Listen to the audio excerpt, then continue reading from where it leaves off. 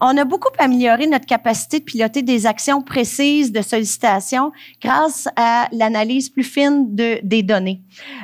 Puis ça nous a permis de mettre en place des stratégies efficaces de progression de dons et ça explique beaucoup la montée fulgurante là, de nos résultats de campagne.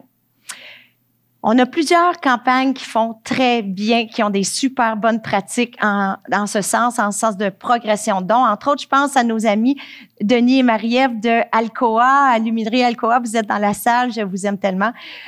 Vous faites des miracles avec votre fameuse pyramide de dons. Demandez à vos conseillères centrales, elles vont vous expliquer c'est quoi. C'est vraiment un outil de conversion qui fonctionne très bien. Mais parmi ces super bons coups-là qu'on a eus dans la campagne 2023, on compte l'exécution extraordinaire de ces stratégies-là chez Beneva. Alors, j'inviterai Valérie Baudouin, elle est directrice commandite, philanthropie et mutualisme, et Lisanne Gauthier-Magnan, qui est conseillère en communication, et c'est une ancienne collègue de notre équipe de Centraide du Grand Montréal.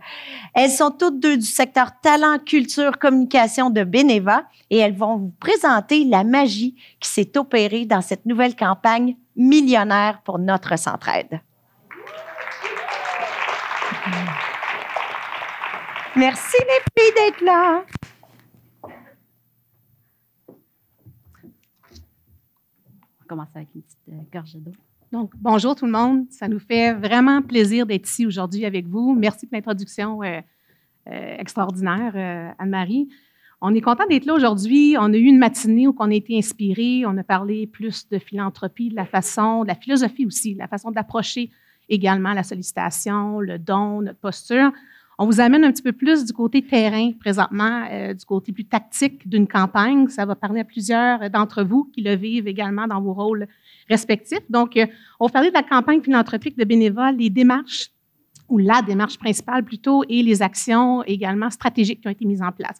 Puis je parle de démarche, puis on parle d'action parce qu'un va avec l'autre, puis ça rejoint plusieurs points que ce matin on a entendu par les différents conférenciers, où que faut avoir une stratégie, il faut avoir des piliers, également de stratégie très précise, mais il faut également avoir une trame narrative qui soutient ça pour arriver à nos fins. Donc, on parle d'un pairage qui ne peut pas faire un sans l'autre, un peu comme nous ici ce matin.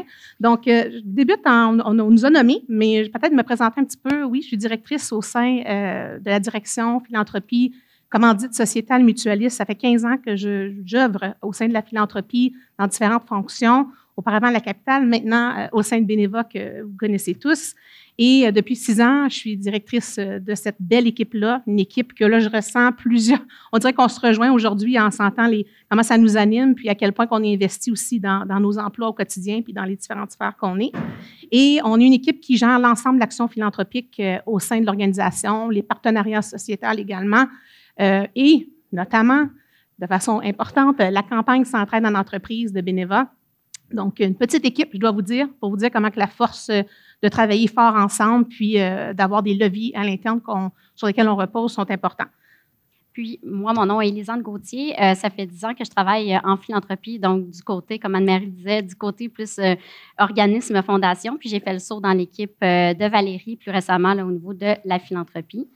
Puis, comme les conférences d'aujourd'hui se basaient un peu sur le modèle de TED Talk, on a décidé de commencer avec une petite citation, toute simple par contre. Essentiellement, ce qu'elle veut dire, cette citation-là, c'est que pour arriver à des résultats, au final, en fait, plutôt que de voir ça comme un tout, des fois, il suffit juste de faire un premier pas. Des fois, c'est de se lancer dans le vide, ou comme ça a été le cas pour nous, ça a été de tester, d'y aller avec des pilotes. Mais c'est un petit peu le message qu'on va essayer de vous livrer aujourd'hui à travers la présentation. Oui, se lancer dans le vide, oui, mais également s'assurer qu'on a un terrain fertile et qu'on a quand même des actions qui se sont mises en place qui peuvent accueillir ça.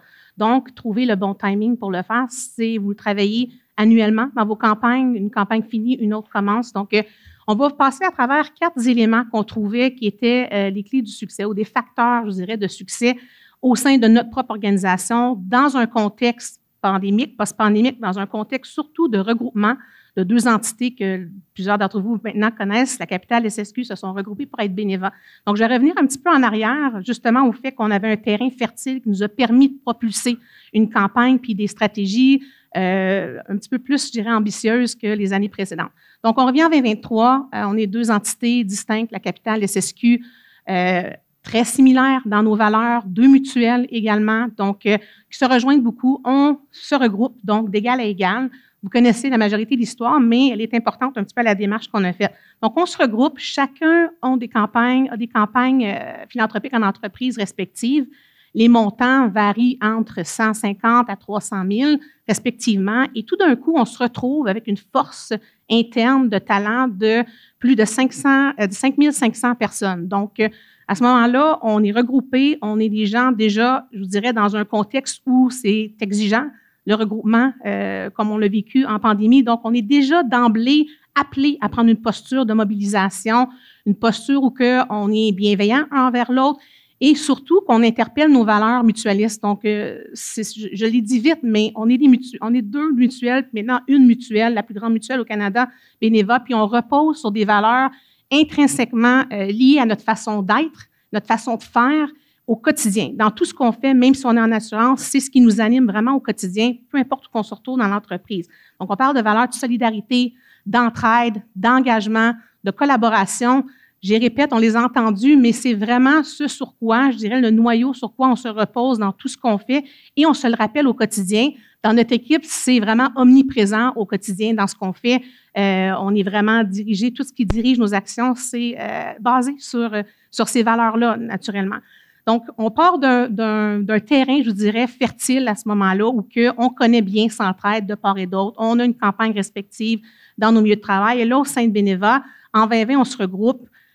On constate de part et d'autre la force qu'on peut amener également en se combinant, mais aussi en travaillant puis en cultivant à l'interne aussi, à élever la philanthropie puis l'amener un petit peu plus loin. Parce qu'on a un leadership très, très fort qui est déjà convaincu par rapport à l'action sociale et philanthropique et notamment la philanthropie, puis l'œuvre de la philanthropie au sein de la collectivité, puis comment que, autant qu'elle est importante à l'interne et à l'externe. Donc, je vous dirais que ça commence à l'interne, vraiment, pour faire vivre ces valeurs-là, pour qu'on puisse après ça les faire émaner vers l'externe. Donc, on est une nouvelle entreprise, image de marque nouvelle qui sort et surtout un narratif de marque très fort. Et encore là, très ancré dans le fait qu'on est une mutuelle, un narratif qu'on est tourné vers l'humain, donc on le place au cœur puis au centre de tout ce qu'on fait, dans nos pensées stratégiques, dans la façon qu'on aborde des projets, la façon qu'on parle aux clients. Donc, vous voyez déjà comment que ça s'imprègne à travers aussi Beneva qui est en train de se former, qui est en train de se regrouper. Puis tout ça se fait en temps réel. Quand je vous parle de la mobilisation qui était clé là-dedans, puis à quel point que notre leadership devait vraiment être à l'avant-plan, solide, puis convaincant et convaincu et convaincant, comme on dit. Donc, je vous expliquerai un peu comment qu'on a pu justement utiliser ça comme levier un peu plus tard. Donc, on parle justement du processus de mobilisation des employés à travers un regroupement, d'un narratif très fort en lien avec nos valeurs, très tendu vers la philanthropie et tendu par conséquent vers Centraide et son action aussi. Puis, on parle également qu'on a une campagne qui a un fort potentiel à ce moment-là de s'élever davantage de ce qui a été connu et fait dans les deux organisations d'avant, parce qu'on est regroupé, on est plus fort, puis on a cette capacité-là de mobilisation de plus de 5 500 employés et une autre direction, je dirais, mobilisée plus que jamais et qui a une bonne compréhension de l'importance du leadership puis le levier que peut jouer justement pour mobiliser les gens et avoir une action sociale également porteuse. Donc, je vous ai résumé, je vous dirais, les ingrédients, j'appelle ça les facteurs de succès à ce terrain fertile-là qu'on a rendu en 2023 pour arriver puis proposer des stratégies qui sont nouvelles, qui n'étaient pas auparavant existantes dans les deux entreprises, qui sont, oui, à quelques égards ambitieuses, mais surtout qui nécessitent, après ça, qu'on puisse faire un cheminement auprès de notre autre direction, auprès de nos paliers hiérarchiques pour s'assurer qu'on peut travailler vraiment de pair, d'avoir justement leur aval, mais d'avoir surtout leur appui pour porter justement ces initiatives-là qu'on met de l'avant puis ces stratégies-là. Donc, essentiellement, est-ce que tu avais terminé, Valérie, pour cette portion-là? Pas mal. Je vous dirais juste que, là, je vous parle beaucoup d'avant puis 2023. Il faut dire que de 2020 à 2023, on a quand même connu une progression là, du don. Il y avait un contexte particulier en pandémie aussi où que les gens étaient plus portés vers ça, mais on avait un contexte particulier aussi, nous, dans notre regroupement. Puis je le mentionne parce que c'est déjà c'est déjà dans une entreprise pas toujours évident de mobiliser les gens en continu, puis de façon très authentique. Donc, en plus, quand on est à distance, parce que tout le monde est à distance, qu'on ne se connaît pas un et l'autre, qu'on se regroupe ensemble, c'est vraiment clé à ce moment-là qu'à très haut niveau, on soit mobilisé dans le leadership, dans la façon qu'on parle, dans la posture qu'on parle, qu'on mentionnait tantôt, que les valeurs, on les sent, ils habitent le discours qu'on a également pour l'entreprise, puis les gens après ça qui veulent aller vers ça, qui veulent tendre vers ce discours-là, puis poser les actions qu'on leur propose. Donc, voilà, c'est ça. Nous, en fait, on a vu une belle occasion, comme Valérie le mentionnait, d'élever la campagne, mais surtout de contribuer à tout ce qui se passait à l'interne en mobilisant, au niveau de la mobilisation des employés. Évidemment, on arrivait de quelques années de campagne suivant le regroupement, quelques années de pandémie qui étaient de référence variables, disons. Donc, on a voulu aller rebrasser les idées. On a été creusé dans nos données d'anciennes campagnes antérieures, les stratégies qui avaient été mises en place, même du côté de SSQ, la capitale. On s'est tourné vers Centraide aussi, qui nous ont guidés un peu, nous ont aidés à situer un peu la campagne Beneva en campagne en milieu de travail pour nous pister sur certaines améliorations. On a été regarder aussi les grandes tendances en philanthropie. Puis, on a tiré 3 principaux constats. D'abord, le bassin de nos donateurs leaders était plutôt limité chez Beneva à 5 500 employés et plus. On en était à 39 leaders. Il n'y avait jamais eu de stratégie d'activation qui avait été mise en place par le passé pour vraiment cibler ces donateurs-là. Puis, de façon plus générale, en philanthropie, peut-être que le rapport d'épisode qui sortait, je crois, aujourd'hui va démentir ce que je vais vous dire, mais depuis quand même quelques années, on voit que la croissance du don est principalement poussée par des donateurs d'un certain niveau quand même. Donc, on est parti de ces 3 constats-là, puis on a bâti notre stratégie. Je vais vous épargner tous les autres volets. Là. On a vraiment structuré notre campagne à partir de l'année passée autour des segments que Centraide, vous connaissez bien. Mais on a vraiment misé sur la croissance du don leader, puis on l'a fait particulièrement à 3 niveaux. Comme vous voyez à l'écran, là, on a mis un incitatif financier qui était basé sur l'acquisition, c'est-à-dire que dans les communications, on mettait vraiment l'emphase sur le changement de catégorie. On a aussi rattaché un ambassadeur à l'interne qui était déjà impliqué du côté de Centraide, donc qui avait déjà le discours Centraide pour venir nous aider à approcher certains donateurs potentiels à l'interne, mais surtout faire rayonner le défi des leaders, donc l'incitatif financier, alors qu'il était nouveau. Donc, on a vraiment, en fait, ça a été un levier, là, en fait, pour nous, pour faire rayonner ce défi-là à l'interne.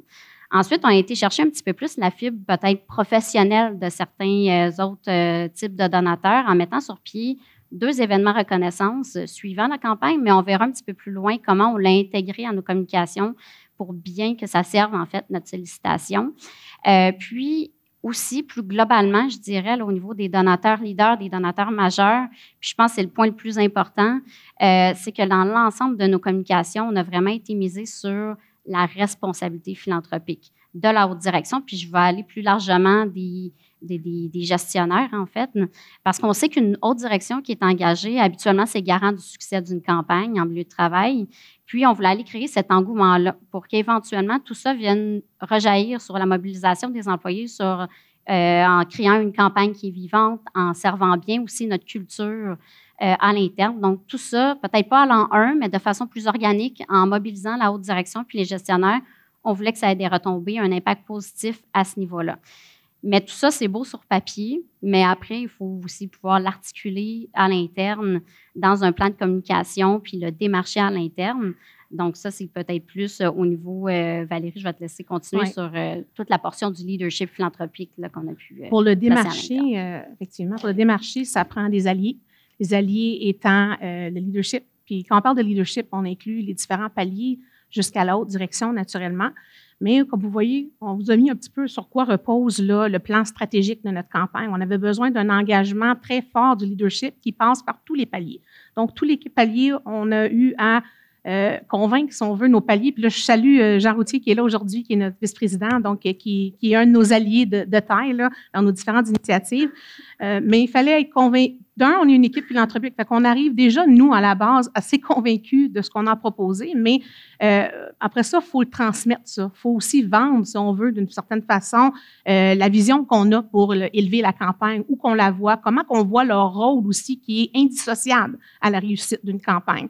Donc, c'est cet élément-là qui est souvent pas visible, qui n'est pas vu, mais qui est extrêmement important. Puis on en a parlé ce matin à quel point que c'est ce qui va porter après ça des initiatives. Puis ce qu'on voit sur papier, il n'y a rien qui existe là. Si on voit juste sur papier, si on n'a pas des gens qui le prennent, qui l'incarnent, qui le vivent, puis qui le font vivre aux autres aussi de façon vraiment très convaincue. Puis j'insiste là-dessus parce qu'il y a une différence de connaître puis de nous comprendre l'importance, mais après ça, comment on le transmet, puis comment on amène les autres à vouloir suivre le chemin avec nous, puis à mettre les efforts également de leur côté, que ce soit un effort d'implication monétaire, dans ce cas-ci avec la campagne, de faire avoir un apport financier également, de s'élever, de donner un peu plus également avec les stratégies qu'on leur propose. Donc, il faut vraiment travailler, cultiver ce leadership-là. Ça se passe en continu, mais on le cultive dans un contexte comme ça où on fait une transition, où on amène une campagne, puis le souhait de l'amener à un niveau plus élevé. C'est sûr qu'on le travaille d'avance. On prépare un plan stratégique. Je vais arriver plus concret, là, quand on parle de la campagne, mais on prépare un plan stratégique au sein de lequel on a une démarche justement d'influence. On parle des réseaux d'influence qui passent à travers ce leadership-là des différents niveaux, qui passent à travers des ambassadeurs aussi qui sont nommés et qui ont ce rôle-là également à jouer et qui l'incarnent et qui sont conscients de leur rôle aussi qu'ils ont à jouer. Donc, c'est pas juste qu'on nomme comme ça, on leur explique leur rôle, on leur explique l'importance, puis à quel point que dans la chaîne, justement, de ce qu'on met en place, sont également indissociables à la réussite de ça. Il y a également le comité de direction aussi qui est interpellé à travers leurs différentes équipes à le porter le message. Je vous dirais qu'on a eu un engagement extrêmement fort. Vous connaissez notre président et chef de la direction, Jean-François Chalifou, qui est déjà très convaincu et oui, convaincant aussi par rapport à l'implication qu'on a au niveau de Centraide et la sienne, mais c'est important pour lui de formuler ses demandes, de formuler sur différentes tribunes les demandes puis les attentes qu'il y avait envers sa haute direction pour qu'ensuite, ça se répercute de niveau en niveau. Donc, rapidement, on a attaché au niveau de l'aval qu'on avait besoin, de sentir qu'on avait vraiment les deux pieds bien ancrés au sol avec nos différentes stratégies, qu'on pouvait compter justement sur leur appui, puis compter à travers, là, je vous parle beaucoup du leadership, mais comment ça s'articule? On parle d'un plan de communication, mais ce plan-là, il vit en continu, mais également par des moments très précis au courant de l'année où on a des tribunes clés. Des tribunes où on sait que les gens sont disposés, sont à l'écoute, sont là pour entendre les messages, pour être guidés sur différents, justement, projets, différentes attentes de la direction. Donc, rapidement, on a fait justement l'inventaire des tribunes avec nos collègues aux communications pour cibler la bonne tribune, le bon moment, puis la bonne personne à cette tribune-là qui va prendre la parole puis qui va porter le message. Un même message qui va être porté sur chacune des tribunes, donc très cohérent, uniforme, mais qui s'adresse quand même à la clientèle qui est là devant nous. Donc, quand on parle à des cadres de haut niveau, quand on parle à l'ensemble, le bassin des employés. Donc, on a passé par des comités, puis je vous les nomme, peut-être pour certains, ça peut allumer des lumières, dire « Ah, on a ça au sein de notre organisation, j'ai jamais pensé d'aller là ou de l'utiliser de cette façon-là. » Donc, on a vraiment une tribune où c'est l'ensemble des employés, on appelle ça la conversation avec la direction, que là, on a l'ensemble des employés présents et qui interagissent avec la haute direction. Donc, ça arrive à quelques moments durant l'année. On a un forum stratégique aussi où que c'est nos vice-présidents exécutifs et vice-présidents qui s'y retrouvent pour échanger stratégiquement sur des sujets. On a le colloque des leaders. Donc là, on parle des leaders des niveaux après ça, secondaires et tertiaires qui se joignent. On a également un réseau d'ambassadeurs à l'interne, puis on a une vitrine, comme tout le monde, un intranet, vitrine également, où que c'est plus passif, mais où que ça devient une récurrence, un rappel qu'on peut avoir également en soutien à des discours, à des moments durant l'année qui ont entendu parler de ça. Donc, pour nous, le défi était d'opérer ça ensemble pour vraiment s'élever, élever justement la possibilité du potentiel qu'on avait avec la campagne, mais aussi élever au passage, puis de façon, espérons-le, pérenne, de cultiver un leadership vraiment très fort, oui, pour Centraide, mais aussi dans l'ensemble des différentes actions philanthropiques qu'on a. Ici, pour la prochaine slide, je voulais vous montrer rapidement des exemples concrets de ce qu'on avait mis en place dans les communications à l'interne. comment ça s'est articulé au courant de la campagne. Donc, il y avait, comme Valérie le mentionnait, les prises de parole de notre chef de la direction qui prenait vraiment autour de la posture philanthropique. Donc, ça a eu vraiment un effet direct, particulièrement au colloque des leaders. Suivant ça, on a vu un effet direct sur les dons qui avaient été confirmés, puis aussi, on en a eu des témoignages là, à l'interne. Les événements reconnaissance autour du réseautage là, que je vous mentionnais tantôt, en fait, on l'a placé dans une vitrine qui était dédiée, donc la vitrine gestionnaire, au moment de la relance de la campagne. Donc, on l'a utilisé un peu comme une accroche indirecte plutôt que de parler de relance de campagne. On en a parlé, puis on les a présentés alors que c'était nouveau, ces 2 événements reconnaissance-là, à ce moment-là. Puis ça a donné un dernier souffle pour le dernier droit de la campagne. Puis encore là, on a vu des nouveaux donateurs leaders qui ont été acquis suivant cette relance-là. Puis on l'a eu à Québec, cet événement-là, puis on l'a la semaine prochaine à Longueuil. Puis on a vraiment des échos positifs de ça. On a créé quand même une communauté sur la base de l'engagement philanthropique. Donc, c'est très positif là, à l'interne aussi pour mobiliser, puis surtout pour nourrir cette culture-là aussi à l'interne. Puis, finalement, les visages que vous voyez, c'est vraiment les visages de nos employés qu'on a été démarchés, qu'on a sollicités à l'interne. C'est des employés qui sont engagés auprès de Centraide dans des organismes, mais plus largement, là, ils nous ont mentionné beaucoup, ils ont tout un CV d'implication dans la communauté. Puis, ils ont fait objet de notre vidéo de campagne qu'on a tournée l'année passée dans un des organismes de Centraide. Puis, en fait, on leur a donné préséance tout au long de la campagne. Puis ça est venu teinter vraiment l'image puis le message autour du mutualisme, encore là, des valeurs portées par Beneva, mais à travers la voix de nos employés, en fait. Oui, puis ce que tu mentionnes est important parce qu'on parle de quand on a un lien de proximité ou un lien d'affinité, on est toujours plus facile à convaincre ou à prendre une posture qui va plus de l'avant. Donc, en mettant des employés, c'était, oui, stratégique, mais c'était également une forme de reconnaissance. Mais en voyant des pairs qui sont là, qui sont vraiment là, qui sont eux-mêmes convaincus, qui déjà au quotidien s'impliquent, c'est certain que ça mobilise indirectement et directement les gens. Mm-hmm. Puis, juste revenir sur le réseau d'influence, on en parlait tantôt, le réseau d'influence de tous les paliers, ce qui veut dire qu'un employé au sein de l'organisation en entend parler à tous les paliers. Donc, les tribunes qu'on choisit, c'est pas tout le monde qui est là, mais les porteurs, après ça, chacun dans leur propre niveau, je dirais hiérarchique, le ramène au niveau, après ça, des sous eux. Donc, je vous dirais que c'est très, très puissant quand on fonctionne comme ça, parce qu'il n'y a pas beaucoup qui est perdu. Quand ça part d'au niveau, puis ça descend, puis que chacun a des tribunes où on leur donne le même message, le même narratif, c'est certain que rendu à l'employé, il l'a entendu, il l'a vu à quelque part. Donc, c'est de ne pas laisser trop de place non plus.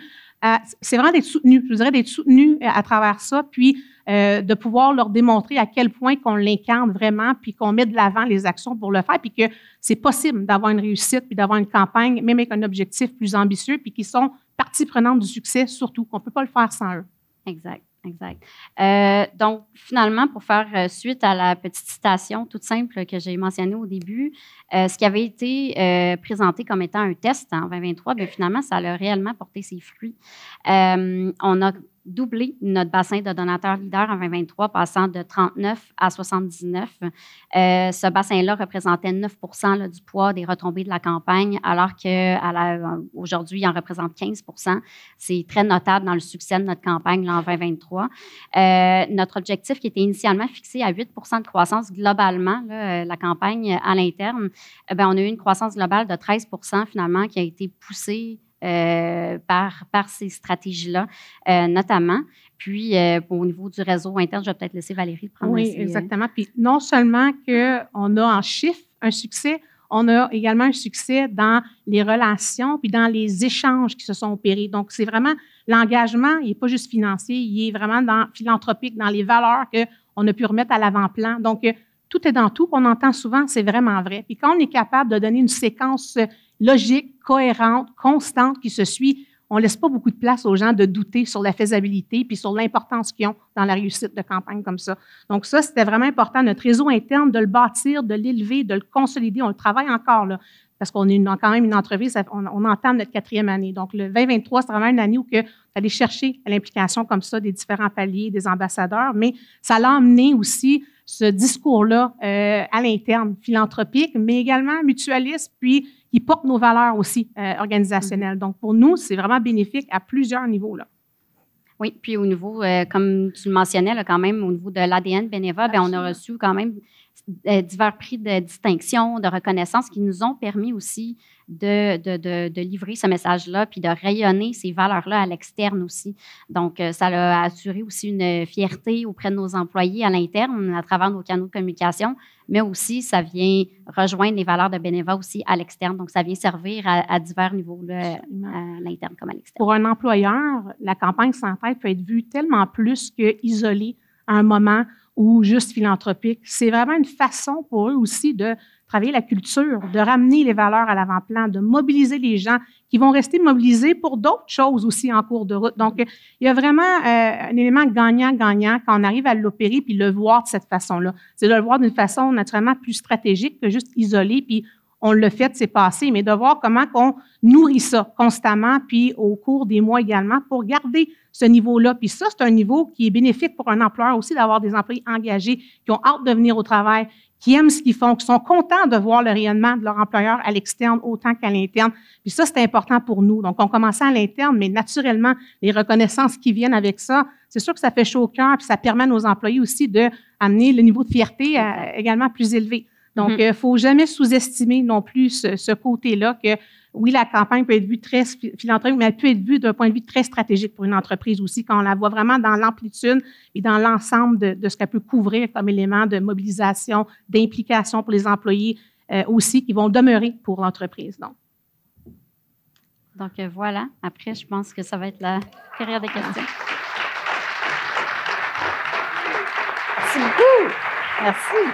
Isabelle, si tu me permets, j'aimerais souligner que cette super mobilisation de Beneva va se poursuivre en 2024, alors que Jean-François Chalifou a accepté d'être coprésident de campagne avec nous. Puis si vous me permettez, les filles, j'aimerais souligner la présence d'une autre coprésidente de campagne 2024 avec nous, Fanny Truchon de Créaforme. Elle est accompagnée de Denis Degg, qui est un super bénévole engagé, un mentor dans notre comité Innovation et Développement. Alors, merci beaucoup de croire. Et notre troisième coprésidente sera Sophie Paquet de la Financière Banque Nationale. Alors, c'est notre super trio de coprésidence à Québec, Chaudière-Appalaches 2024. Mais donc, voilà. Tout est dans tout. Ouais. Notre défi est grand, justement, pour 2024. Là, on est dans le tactique, puis c'est ça que le monde a compris, vraiment. J'ai des questions tactiques pour vous autres. Premièrement, le défi des leaders 100%, pourriez-vous expliquer un petit peu mieux c'est quoi? C'était un jumelage, ça? C'était quoi? Oui, exactement. Donc, nous, en fait, on a encouragé tout donateur, en fait, qui allait sauter le palier vers le donateur leader, qu'on allait doubler leur don, en fait, que Beneva allait donc jumeler à 100% le don. Donc, les retombées pour le donateur étaient particulièrement considérables cette année. Donc, un donateur qui donnait 800 $ en 2022, qui décidait de faire le saut vers le don, c'est ça, le 1200, ça venait doubler son augmentation. Parce que juste pour préciser, dans nos paliers de dons, les leaders, ce sont nos donateurs qui donnent entre 1 200 et 2 500 $ pour notre centre. Même un petit peu complémentaire à ça, est-ce que vous avez une stratégie pour les leaders actuels que vous avez pour les faire progresser? Les jeunes leaders majeurs, finalement. Là. C'est drôle parce que cette année, l'année passée, on a élargi considérablement le bassin. Cette année, l'enjeu ou même le défi pour nous, c'est de consolider tout ça. Donc, le défi va prendre une tournure plus de consolidation. Donc, on va miser sur la progression du don, puis on va inclure aussi les dons majeurs à l'intérieur de ça. Donc, on va ficeler tout ça, évidemment, dans les stratégies pour cette année, mais c'est l'idée vraiment d'axer sur la progression du don à partir de cette année pour renforcer ce bassin-là, puis d'amener les donateurs graduellement à entamer un chemin comme un journey un peu du donateur. C'est un choix qu'on fait, parce que des fois, on se dit qu'il ne faut pas rester justement dans la stratégie de l'année passée puis aller en chercher encore plus. C'est un choix, c'est une histoire qu'on se bâtit, puis c'est les efforts qu'on met en ce sens-là. Donc, c'est différent pour chacune des entreprises selon leur taille, mais ça s'applique ça. Une fois qu'on a notre feuille de route puis qu'on s'y tient, puis qu'on place les différents morceaux, on est capable de raconter notre histoire puis de vraiment mettre les efforts au bon endroit. Parce qu'autrement, c'est facile dans une entreprise aussi grande que l'autre d'être diffus aussi. Donc, il faut vraiment se donner des stratégies très isolées, complémentaires, mais également avec une vision où on amène les gens à s'élever aussi au niveau de leur don. Ça me fait penser, entre autres, on a la Nordastello qui ont mis justement le narratif sur les héros quotidiens, puis ils ont fait une super belle progression. Les héros quotidiens, c'est $1 par jour, 365 $ par année. Fait que c'est juste pour vous inspirer que ça peut se faire à différents niveaux de donateurs, puis pas nécessairement toujours les données. Bien, c'est ça, parce qu'il y a une question justement qui revient à ça. Puis là, bien, vous êtes dans une très grande entreprise. Vous avez cette volonté-là qui vient aussi de la haute direction. Fait que, puis vous avez, on va dire, un grand bassin aussi pour tester, faire vos pilotes. Là, on dit, ça serait quoi votre premier conseil pour convaincre une entreprise PME d'amener la direction à comprendre qu'une campagne engagée Centraide, c'est indispensable en 2024? Ça rejoint beaucoup ce qu'on a entendu ce matin. Tu sais, pour les convaincre, il faut les ramener à quelque chose qui les concerne directement au quotidien, quelque chose où il y a un gain pour eux, qui voient au-delà de ce qu'on essaie d'apporter, mais de voir comment que ça peut avoir un effet également au-delà de ça. Donc, les PME, on le sait, ils n'ont pas la diversité qu'on peut avoir en grande entreprise de ressources, mais on peut avoir quand même une forte mobilisation. Ça ne veut pas dire qu'on n'a pas une pour autant. Mais je dirais que c'est d'approcher, faut l'approcher d'un angle plus profond, je dirais des fois de l'amener de différentes facettes du gain qu'on peut aller chercher avec une campagne. Donc, mais ça demeure quand même que d'avoir justement à la tête, que ce soit 1, 2, 3, le leadership, peu importe comment il est composé dans l'entreprise, avoir leur aval, avoir leur appui, c'est le levier de base sur lequel, après ça, on construit et on est capable d'avancer. C'est très difficile de le faire autrement. Donc, les gens regardent vers leur leadership, ils veulent émuler, ils veulent croire en ça. Quand on a un leadership fort, après ça, c'est de vraiment... Puis si c'est à travailler, bien, je pense que le travail ou les efforts doivent être mis là, parce que le moment qu'on va arriver à convaincre le leader ou les leaders, le reste va couler beaucoup plus facilement, parce qu'on va être capable de mettre en place, ça va faire du sens après ça pour l'entreprise, dans les stratégies, dans la façon qu'elle va le voir également pour elle, au-delà de la philanthropie, au-delà de la campagne. Fait que ça se travaille quand même, je dirais, c'est pas comme ça non plus. On a la chance d'avoir des leaders très engagés depuis plusieurs années, dans des PME, des fois, c'est pas là que les efforts sont d'emblée, mais ça se travaille, ça s'apporte, puis c'est d'amener justement le gain, puis au-delà de ça, le gain, oui, pour la collectivité, certain, mais également pour les humains au sein de l'organisation, puis pour le leader qui va travailler également son influence, puis le regard de ses employés envers lui aussi. Là. Puis ça, des fois, on peut vous aider dans ça. Si, par exemple, le leader de l'entreprise que vous ciblez, vous avez de la misère à le convaincre, on va vous amener quelqu'un. Peut-être quelqu'un de bénévole qui va aller y parler, ou quelqu'un d'une autre entreprise, ou quelqu'un du même secteur, ou quelqu'un dans... Ça aussi, pair à pair, c'est ça qui fonctionne, là, vous le savez. Là. Isabelle, tu dis quelque chose d'intéressant, parce que même nous, là, dans notre démarche, là, on vous le présente comme ça, mais il y a quand même eu un moment où on s'est appuyé sur le bilan de Centraide. Ils sont venus nous le présenter, c'est quoi les éléments qui étaient gagnants, quels éléments qu'on pourrait essayer. Donc, on s'est beaucoup appuyé là-dessus, puis inspiré pour se donner cette feuille de route-là. Donc, effectivement, je pense que peu importe la taille de l'entreprise, d'avoir des appuis comme ça, puis de pouvoir faire des comptes validation où on s'en va, c'est bénéfique. On vient dans l'écosystème bénévole. Là, je reconnais, tu sais, c'est anonyme, moi. Je ne sais pas c'est qui quand vous posez vos questions, mais des fois, je devine que c'est probablement un collègue d'un autre Centraide qui écrit ça, qui a dit « Mesdames, bravo. Comment pouvons-nous mieux vous soutenir, vous aider dans vos campagnes, dans vos régions? » J'ose dire qu'on veut aider en tant que Centraide dans nos régions respectives. Qu'est-ce qu'on peut faire pour vous donner un coup de main? Oui, c'est vrai que quand on est une grande entreprise, on est à travers la province, puis même à travers le Canada dans notre cas. Donc, il y a même les United Ways de Toronto. C'est sûr qu'on est ici même, on cherche auprès de notre propre collectivité. Naturellement, c'est là que l'effort, puis probablement l'impact est le plus grand. Par contre, dans notre cas, les employés, quand ils font un don à la campagne, ça va dans leur région. Donc, directement dans leur région qu'ils vivent et qui sont là. Il peut avoir peut-être une sensibilisation différente. Il pourrait s'opérer. On a des succursales, on a des possibilités des fois d'inviter les gens des Centraides locaux. On va le faire dans nos activités de reconnaissance prochainement à Longueuil pour qu'ils parlent de la réalité. Oui, puis aussi peut-être d'aller chercher la fibre, justement, qu'il y a un donateur potentiel qui est dans une autre région, d'aller lui parler avec les statistiques de sa région. Donc, des fois, d'aller varier les messages en fonction de ça. C'est très utile. D'ailleurs, cette année, tu sais, nos grands centres, on est Québec, Montréal, Mississauga, bien, on essaie de travailler des communications quand même qui sont inclusives à tous, là, pour que tous puissent s'y retrouver, même si au final, c'est à Centraide, à Québec, qu'on coordonne la campagne. Au final, c'est de sensibiliser le donateur que son don va aller vers sa région, sa localité. Parfait. J'ai une dernière question aussi très, très tactique. Hein?